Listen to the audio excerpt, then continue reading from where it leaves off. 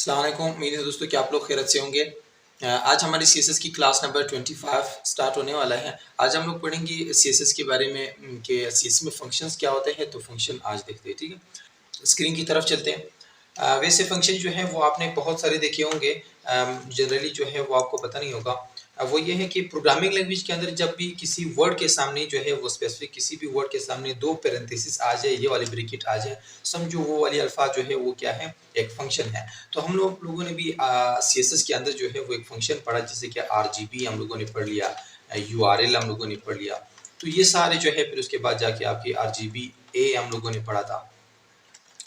और क्या पढ़ा हम लोगों ने इसी तरह, मतलब जो अल्फाज जिनके सामने जो है ब्रैकेट आ रहा है तो वो सारे, जिसके ग्रेडियंट हम लोगों ने पढ़ा था, ठीक है। ग्रेडियंट में लीनियर ग्रेडियंट था, आपका रेडियल ग्रेडियंट था ना।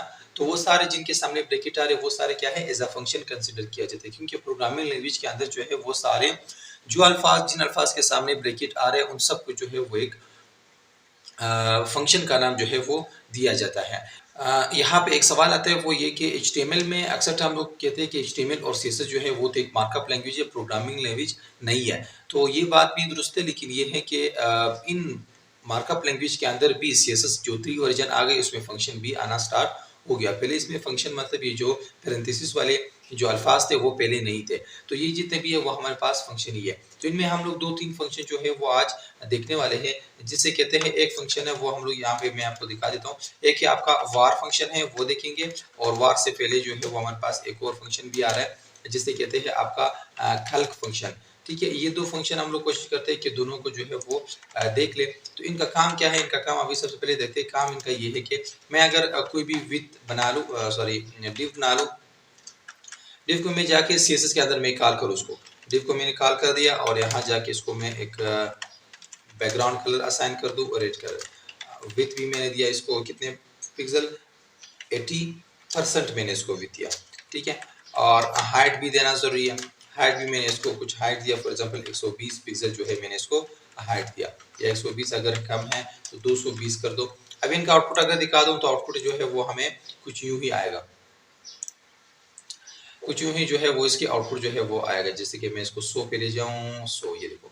अब 80 पिक्सल जो है वो उसका विथ है और 20 पिक्सल जो है वो यहाँ पे ले रहा है। वैसे परसेंट तो आप लोगों को पता है कि जब भी हम लोग परसेंट को छोटा और बड़ा कर देते हैं ना, तो वो आपकी स्क्रीन के हिसाब से, मतलब जिस डिव के ऊपर आपने वो अप्लाई किया है विथ, तो वो आपकी स्क्रीन के हिसाब से जो है ना वो बड़ा और छोटा होता जाएगा। जैसे कि देखो अभी मैं इसको छोटा करता जा रहा हूँ। अब हर स्क्रीन में जो है वो आपका विथ जो है वो 80% रहेगा, 20% जो है ना वो एरिया खाली होगा। जितने भी मैं कम करूँ और जितने भी बढ़ा दूँ तो 80% के हिसाब से जो है वो आपका विथ जो है वो आ रहा है। स्क्रीन पे डिपेंड है कि स्क्रीन जितना आपका बड़ा होगा उसी हिसाब से 80% जगह जो है वो आपका परसेंट गिरेगा, जितने परसेंट आपने उसको दिए।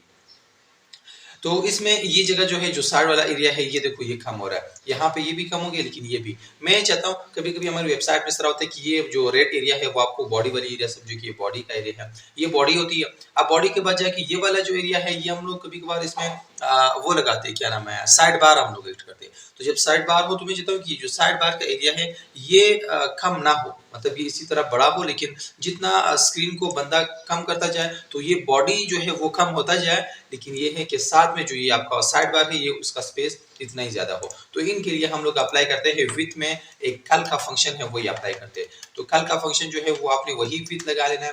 विथ के आगे आपने खल लगाना है, खल के सामने दो पैरेंथेसिस है। अब आपने कितने 100% में से, ठीक है, क्या करना है, माइनस करना है कितने एरिया को। मैं फॉर एग्जांपल 120 पिक्सल के एरिया को जो है ना पिक्सल में आपने लगाना है कि 120 पिक्सल का जो साइड बार है उसको आपने माइनस करके रखना है लाइफ टाइम तक, मतलब हमेशा तक, कि आपका स्क्रीन अगर छोटा हो रहा है या बड़ा हो रहा है तो दोनों उसमें जो है वो 120 पिक्सल जो है वो खत्म नहीं होना चाहिए। मैं कंट्रोल सेव करता हूँ और इनका आउटपुट अगर दिखा दूँ, देखो 120 पिक्सल है, लेकिन चलो 120 पिक्सल कम है, मैं इसको 220 पिक्सल कर देता हूँ। अब सही है, ठीक है, रिफ्रेश कर दिया। अब देखो स्क्रीन जितना भी मैं कम करता जाऊंगा, लेकिन ये जो 220 पिक्सल है, देखो ये पहले स्क्रीन में भी जितना बड़ा था अब छोटे वाली स्क्रीन में उतनी छोटा है, लेकिन उसका जो बॉडी है वो कम होता जाएगा क्योंकि वो परसेंट में है। लेकिन 220 पिक्सल जो हम लोगों ने दिया है उसका साइड बार के लिए देखो हाथ स्क्रीन में जो है वो आपके बरकरार है। तो एक कल्क फंक्शन है, कभी कभी हम लोग यूज करते हैं। ऐसे स्पेसिफिक पॉइंट के लिए कि यार मैंने इस साइड पे जो है वो एक तस्वीर लगाना है या साइड बार लगाना है या इस तरह कोई और चीज़ लगाना है कि जिनका साइज हम लोगों ने कम नहीं करना है, तो तब जाके आपने इसको यूज़ करना होगा। विथ जो है वो इस वाले फॉर्मेट में आप एड कर सकते हो। उम्मीद है यहाँ तक कि आप लोगों को समझ आया होगा। नेक्स्ट एक और जो है वो इनमें फंक्शन है वो हम लोग देखने वाले, जिससे कहते हैं उस फंक्शन को वार फंक्शन। तो नेक्स्ट हम लोग वार के बारे में पढ़ने वाले हैं कि वार का फंक्शन क्या है, तो इसको भी एक बार इंट्रोड्यूस करते हैं। लेकिन इससे पहले जो है वो हमारे पास कुछ चीज़ें होनी चाहिए, जैसे कि मैंने एक डिव बनाया, उस डिव के अंदर जाके मैंने डिव के अंदर एक हेडिंग मैंने बनाया, उस हेडिंग को अलग कलर देते हैं। पैराग्राफ बनाया मैंने, पैराग्राफ को जो है वो मैं एक पैराग्राफ में बना लेता हूँ, ये पैराग्राफ बन गई। पैराग्राफ के बाद जाके मैंने एक बटन बनाया, बटन को जो है ना मैंने यहाँ पे सिर्फ लिखा सबमिट बटन, ठीक है, ये अल्फाज मैंने इसको दिया। फिर उसके बाद जाके और क्या बनाते हैं, इसमें पैराग्राफ हो गई, ये भी हुआ, और साथ में और क्या बनाते हैं, जैसे कि बस यही 3-4 चीज़ें हैं ना, समझो मैंने बनाया। अब ये बात ये है ना कि अब इसको यूज़ कैसे करना है। इन चारों के ऊपर जो है मैं कोई स्टाइल अप्लाई करता हूँ। सबसे पहले जल्दी वो ये है कि एक बार मैंने हेडिंग को कॉल कर दिया, फिर उसके बाद जाके पी को कॉल कर देता हूँ, फिर आपके बटन को कॉल कर देता हूँ। तो तीनों को मैंने कॉल कर दिया। अब हेडिंग को जो है वो मैं कलर असाइन करता हूँ, कौन सा कलर, जैसे कि मैंने इसको ब्लू कलर दिया। और पैराग्राफ को मैंने एक कलर दिया, पैराग्राफ को मैंने कलर दिया जैसे कि इसका कलर जो है वो आपका रेड है, ठीक है। और पैराग्राफ की बैकग्राउंड कलर जो है वो बैकग्राउंड कलर जो है वो मैंने ऐड कर दिया लाइट कुछ भी ग्रीन कलर मैंने अप्लाई कर दिया। बटन को मैंने जो है बैकग्राउंड कलर दिया, कौन सा कलर, जैसे कि मैं इसको अप्लाई कर दूं ये वाला कलर। और फिर उसके बाद जाके बैकग्राउंड के लिए मैं अप्लाई करता हूं इसकी टेक्स्ट कलर जो है वो हम लोग अप्लाई करते हैं। टेक्स्ट कलर जो है वो आपकी वाइट होनी चाहिए, ठीक है, या रेड का कलर। देखो अब मैंने ये इनके ऊपर इसकी आउटपुट अगर दिखा दूं, इनका आउटपुट जो है ना वो कुछ हुआ है, ठीक है। तो ये इनका आउटपुट है, ये दोनों सेम हो गई। मैं इसका बैकग्राउंड जो है वो चेंज कर देता हूँ, ब्लू कर देते हैं या पिंक, ये हो गई। और बटन के आसपास जो बॉर्डर आ रहा है उसको मैं क्या करता हूँ, नन कर देता हूँ। पैडिंग असाइन कर दिया, टॉप बॉटम से जो है वो 10 पिक्सल, लेफ्ट राइट से 30 पिक्सल, ये बटन है, ठीक है। अब ये बटन जब हम लोगों ने बनाया, उस क्या नाम है, टेक्स्ट भी आ रहा है, उसका बैकग्राउंड भी है और यहाँ पे हेडिंग भी है। अब समझो इस तरह थोड़ी सी मैंने छोटा सा डिज़ाइन बनाया। अब इसमें यह है कि डिज़ाइन तो नहीं है कि मेरे पास जो है ना अपनी वेबसाइट के अंदर तकरीबन इस तरह बहुत सारी हेडिंग भी है, बहुत सारे आपके पैराग्राफ भी, और बहुत सारे जो है वो आपके पास बटन्स भी है।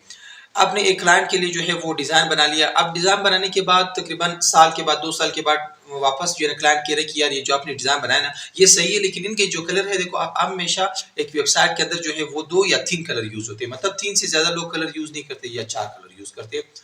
2-3 से कम यूज़ नहीं करते, 4 से लोग ज़्यादा यूज़ नहीं करते, या 2 कलर हमेशा लोग यूज़ करते हैं। जब 3 कलर किसी बंदे ने यूज़ कर दिया अपनी वेबसाइट के अंदर, वो कहेगा कि यार 3 वेबसाइट आपने 3 कलर यूज़ किया मेरे वेबसाइट में, तो इस वेबसाइट के जितने भी कलर है वो सारे आपने चेंज करके दूसरे कलर में बता देता हूँ, उस कलर को आपने अप्लाई करना है, ठीक है। कभी-कभी क्लाइंट्स जो है वो रिक्वायरमेंट करते हैं कि हम लोग 1 साल के बाद 2 साल के बाद कलर को चेंज करते हैं। तो जब चेंज करिए तो उस टाइम आपके पास तो वेबसाइट बनाने के बाद हज़ारों लाइन की सीएसएस की कोड होगा। मतलब ये जो आपकी सीएसएस का कोड है जो मैं दिखा रहा हूँ, अब तो मैंने सिर्फ इतना अप्लाई किया, सिर्फ एक डिव, एक हेडिंग, एक पैराग्राफ के ऊपर। तो ये हज़ारों लाइन की कोड जो है और भी तो आ सकता है ना, और भी बहुत सारी चीज़ें होती है। तो आप एक-एक लाइन पे जाके हर चीज़ का background colour, text colour, button का कलर, हेडिंग का कलर, आप हर चीज़ का अलग-अलग चेंज करोगे तो कितने यहाँ तक कि घंटे लग जाएंगे आप पे। बहुत ज़्यादा टाइम जो है वो बहुत ज़्यादा टाइम जो है वो लग सकता है किसी चीज़ के ऊपर आपके इसी कलर को चेंजिंग करने पे। तो इनके लिए हमारे पास वार फंक्शन यूज़ होते हैं कि आप जब भी वेबसाइट बनाते हो तो उसके लिए सिर्फ ख्याल करना है कि सबसे पहले आपने 3 कलर यूज़ करना है, या 2 कलर या 5 कलर, जितने भी हैं वो कलर पहले से डिफाइन कर दो, रख दो अपने साथ। फिर उनका कोड जो है वो जाके ये कलर के बीच में पेस्ट करते जाओ। फिर ब्लू, व्हाइट, रेड ये लिखने की जरूरत नहीं है, वो जो कोड आपने बनाया उस कोड को बार बार यहाँ पे जाके पेस्ट करते जाओ। यहाँ तक तो हम लोगों ने बना लिया। अब बनाने के बाद उसको यूज़ कैसे करना है, रूट टैग को जो है वो आपने यूज़ कैसे करना है, उनको जो है वो आपने यूज़ करने का जो तरीका है ये है कि आपने ना सबसे पहले एक टैग बनाना है। सबसे पहले कॉलम बना दो, कॉलम बनाने के बाद जाके रूट लिखना होगा और सामने जो है पैरेंथेसिस आपने ऑन और ऑफ करने हैं। ऑफ करने के बाद जाके यहाँ पे सबसे पहले आपने वो कलर को डिफाइन करना है कि देखो एक तो हमारे पास टेक्स्ट कलर होता है, ठीक है, अपने से नाम दो, जरूरी नहीं है 2 डैश लगा के, डैश लगाना जरूरी है। TXT मैंने लिखा टेक्स्ट कलर, ये मैं आप लोगों को दिखा रहा हूँ जैसे कि हमारे पास देखो ये टेक्स्ट कलर आ रहा है आपका हेडिंग का, और उसके बाद पैराग्राफ का टेक्स्ट कलर आ रहा है, पैराग्राफ का बैकग्राउंड भी आ रहा है, अब बटन का बैकग्राउंड भी आ रहा है, बैकग्राउंड का टेक्स्ट कलर भी आ रहा है। ये टेक्स्ट कलर अगर आपने डिफाइन करना है तो इस तरह यहाँ पे TXT मैंने लिखा टेक्स्ट कलर, टेक्स्ट कलर हमारे पास जो है वो ब्लू होनी चाहिए, ठीक है, क्योंकि मैंने यहाँ पे हेडिंग का ब्लू दिया तो आप ब्लू गया। अब नेक्स्ट हमारे पास जो है वो आ रहा है, आपने डैश लगा के फिर उसके बाद BG colour, BG for example background colour, जो भी कलर होगा बैकग्राउंड का और जिस चीज का भी बैकग्राउंड है। अब हमारे पास जो बैकग्राउंड कलर है वो पिंक है जो पैराग्राफ है उसकी बैकग्राउंड कलर पिंक आ रहा है, आपने पिंक यहाँ पे लिखना है। पिंक लिखने के बाद जाके ये भी कोड बन गया। नेक्स्ट हमारे पास BTN बटन कलर आ रहा है ना, बटन का बैकग्राउंड कलर की बात कर रहा हूँ, आपने बटन कलर लिखना है, तो बटन कलर जो है वो आपका बटन की बैकग्राउंड कलर की मैं बात कर रहा हूँ, ठीक है। तो यहाँ पे जो है मैं बटन की कलर जो है मेरे पास क्या था वो लाइट ग्रीन है, ठीक है, जरूरी नहीं कि वही उठा लो, लेकिन आपने अपने से जो कलर लेना है वो। तो अब बटन कलर जो हम देखो 2 डैश मैंने नहीं लगाया तो वो मुझे एरर दिखा रहा है, तो यहाँ पे 2 डैश लगाना जरूरी है, 2 डैश लगा दो फिर उसके बाद जाके आप कंट्रोल सेव करते हैं। इन दोनों के बीच में भी फिलहाल कोई कनेक्शन नहीं है, मैंने कनेक्शन अभी देना है। तो कनेक्शन बनाने के लिए टेक्स्ट जो हेडिंग है ना उसका कलर जो है वो क्या आ रहा है ब्लू आ रहा है क्योंकि टेक्स्ट कलर है। तो आपने यहाँ जाके क्या लिखना है वार के सामने 2 पैरेंथेसिस लगा दो और पैरेंथेसिस के अंदर जो है वो ये वाली कोड पेस्ट करो, सिर्फ 2 डैश TXT कॉलन के बिना, कॉलन जो है वो आपने नहीं लिखना है। कंट्रोल V से मैं यहाँ पे पेस्ट करता हूँ, बस ये आप दोनों कनेक्ट हो गए। अब ये कलर है इसको भी सेम टू सेम यही को मैं जाके कॉपी करता हूँ वार तक, क्योंकि पैराग्राफ की जो टेक्स्ट कलर है वो कलर यहाँ पे आ रहा है और उसके बाद जाके बैकग्राउंड कलर भी आ रहा है ना, तो बैकग्राउंड कलर के लिए फिर हम लोग क्या कहते हैं यहाँ पे वार लिखा 2 पैरेंथेसिस, उसी के बीच में आपने लिखना है यहाँ पे ये वाला जो BG कलर जो आ रहा है क्योंकि पिंक है वो आपने यहाँ जाके कंट्रोल V से पेस्ट करना है। नेक्स्ट जो है वो आपका बैकग्राउंड कलर यहाँ भी आ रहा है, वो यही वाला मैं यहाँ से कॉपी कर लेता हूँ और यहाँ जाके कंट्रोल V से मैंने पेस्ट कर दिया। इसमें और जो है लाइट हाँ बटन कलर है, बटन का जो कलर हमारे पास आ रहा है वो आपका टेक्स्ट कलर जो है वो क्या है, टेक्स्ट कलर जो है वो आपका लाइट ग्रीन है, ठीक है। तो लाइट ग्रीन की जगह पे जो है मैं यहाँ पे वार के अंदर जो है वो आपका TXT कलर में ऐड करता हूँ क्योंकि टेक्स्ट की कलर है। आप कंट्रोलर से सेव करेंगे दोनों सेम टू सेम रहेंगे, कोई फर्क जो है वो यहाँ पे नहीं आया, कोई भी फर्क यहाँ पे नहीं है। लेकिन अगर मैं यहाँ पे एक चीज और मतलब ऐड कर दूं इसके बाद जैसे कि बैकग्राउंड कलर जो है वो हमारे पास ये था, लेकिन मैं BG की बटन की बैकग्राउंड कलर में अलग जो है वो डिफाइन करता हूँ, डबल डैश फिर उसके बाद btn.bg.color, ठीक है। देखो मैं फिर से बता रहा हूँ, ये जो मैं नाम ऐड कर रहा हूँ BTN BG कलर ये मैं अपने से ऐड कर रहा हूँ, आप लोग अपना नाम ऐड कर, ये जो है वो आपका यूजर डिफाइन है। यूजर डिफाइन वो चीजें होती है कि मैं अपने से नाम दे रहा हूँ अपनी मर्जी से, आप अपनी मर्जी से नाम दो, जरूरी नहीं है कि SS ये नहीं कह रहा है कि आपने खास ये नाम देना होगा, वो सिर्फ ये कहते हैं कि आपने 2 डैश लगाना है फिर उसके बाद जैसे भी नाम ऐड करना है वो नाम ऐड कर दो। मैं अपने से अपने रिमाइंडर के लिए जो है यही नाम यूज कर रहा हूँ, आपने अपने रिमाइंडर के लिए अपने वो नाम यूज करना है जो आपको अच्छा लगे, ठीक है, आपको रिमेम्बर रहे। तो उसके लिए मैं जो है वो क्या ऐड करूँ जिसके लाइट ब्लू कलर, ठीक है, लाइट ब्लू कलर जो है वो उसका BG के लिए मैंने रख दिया। तो लाइट ब्लू कलर जो है वो मैंने जो बटन है उसकी बैकग्राउंड में मैंने यूज करना है, क्योंकि जब उसमें भी मैं वही कलर यूज करूँ अच्छा नहीं लगेगा। देखो बस ये अभी अलग अलग हुआ, ठीक है। तो मैं इन दोनों को साइड बाय साइड ले आता हूँ, देखो दोनों को मैंने साइड बाय साइड लिया है ना। अब यहाँ पे देखना मैंने ऊपर क्या किया, यहाँ पे सारे जो है वो कोड्स बनाए, कोड के बाद जाके वो सारे कोड में यहाँ पे कॉपी पेस्ट किया। अब मैंने वेबसाइट में जहां जहां भी ये कोड यूज किया ना, ये कोड अब मैंने कलर जो चेंज है ना इनको अभी चेंज करने की जरूरत नहीं है, बस जाके सिर्फ ये 4 कलर चेंज करूंगा, मेरी वेबसाइट के अंदर जो है वो हजारों लाइन की जो कोड होगा वो सब के सब एक झटके में जो है ना वो चेंज होगा। सिर्फ आपने रिमेंबर ये रहना है कि ये जो टेक्स्ट मैंने लिखा ये आपने हर जगह के अंदर जब कलर की बात आ गई तो आपने ये वाली कोड पेस्ट करना है, अगर बैकग्राउंड कलर की बात आ गई तो आपने फिर ये वाला कलर पेस्ट करना है, अगर बटन की बैकग्राउंड की बात आ गई तो आपने ये वाला कलर पेस्ट करना है और उसका ये वाला टेक्स्ट जो है वो टेक्स्ट कलर होना चाहिए। तो ये कोड याद रहे, जब आपने ये वहां से कॉपी पेस्ट करते जाओगे तब जाके ये दोनों कनेक्टेड रहेंगे। अब मैंने देखो ये जो कलर की ब्लू कलर टेक्स्ट की जो ब्लू कलर है ना इसको मैंने चेंज करके फॉर एग्जांपल मैंने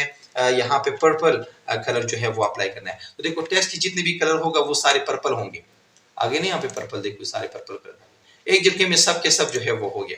अब अगर मैं जाके बैकग्राउंड कलर जो है वो पिंक आ रहा है ना, देखो टेक्स्ट की जो पैराग्राफ की बैकग्राउंड कलर है वो मैं जाके यहाँ पे पिंक की बजाय जो है मैं इसको रेड कर देता हूँ, मतलब मालूम कलर है देखो वो रेड आ गई। लेकिन वही पिंक जो है वो बेस्ट है, ठीक है। देखो ये पिंक आ गई। नेक्स्ट हमारे पास जो है वो बटन की बैकग्राउंड कलर है, देखो वो लाइट ब्लू आ रहा है, लाइट ब्लू की बजाय मैं इसको कोई और कलर, जैसे कि ग्रीन कलर है हमारे पास, ग्रीन कलर में अप्लाई कर दूं। अब देखो वो बैकग्राउंड इसका ग्रीन होगा। अब बटन की जो टेक्स्ट कलर है ना, बटन की कलर जो टेक्स्ट कलर आ रहा है वो लाइट ग्रीन है, उसकी बजाय उसको जाके व्हाइट कर देता हूं मैं, तो देखो वो सॉरी व्हाइट जो है वो आएगा। एक चीज और भी है, यहाँ पे देखो मैं व्हाइट ऐड कर रहा हूँ, लेकिन ये व्हाइट यहाँ पे ऐड नहीं हो रहा है, क्यों नहीं हो रहा है, मसला क्या आ रहा है, बीटीएन, अब बीटीएन की जो टेक्स्ट कलर है उनके बीच में भी मैंने ये वाला टेक्स्ट कलर का कोड मैंने पेस्ट किया है, लेकिन मैं ये वाला कोड जब वहां पेस्ट करूंगा ना, तब जाके क्या होगा, वो दोनों कनेक्टेड रहेंगे। देखो बटन की जो टेक्स्ट कलर है उसके अंदर मैंने टेक्स्ट कलर ऐड किया, टेक्स्ट कलर नहीं बीटीएन कलर ऐड करना चाहिए, ताकि बटन का जो अंदर कलर है वो अपने से वो कलर आ जाए जो हम लोग यहाँ पे मेंशन करते हैं। जरूरी नहीं है कि 3-4 बना लो, जितने कलर है उतने बना सकते हो, 10 बना सकते हो, 5 बना सकते हो, एक बना सकते हो, दो बना सकते हो, जितने भी बनाना है वो सारे बना सकते हो। उम्मीद है दोस्तों यहाँ तक आप लोगों को समझ आया होगा। ये रूट का अगर समझ नहीं है तो वीडियो को थोड़ा सा रिवाइंड कर दो, इंशाल्लाह पूरा समझ आ जाएगा, मैंने अच्छे से एक्सप्लेन किया इसमें। तो ये रूट लगा के ये आपकी वेबसाइट में जो है वो टेक्स्ट को इनहेंस करने में, सॉरी कलर को जो है वो कम टाइम में आप बहुत सारी चीजों के ऊपर अप्लाई कर सकते हो, बड़ी एक अच्छी मेथड है, तो इसको अच्छे से ट्राई करो। नेक्स्ट वीडियो में फिर मिलते हैं, तब तक के लिए अल्लाह हाफिज।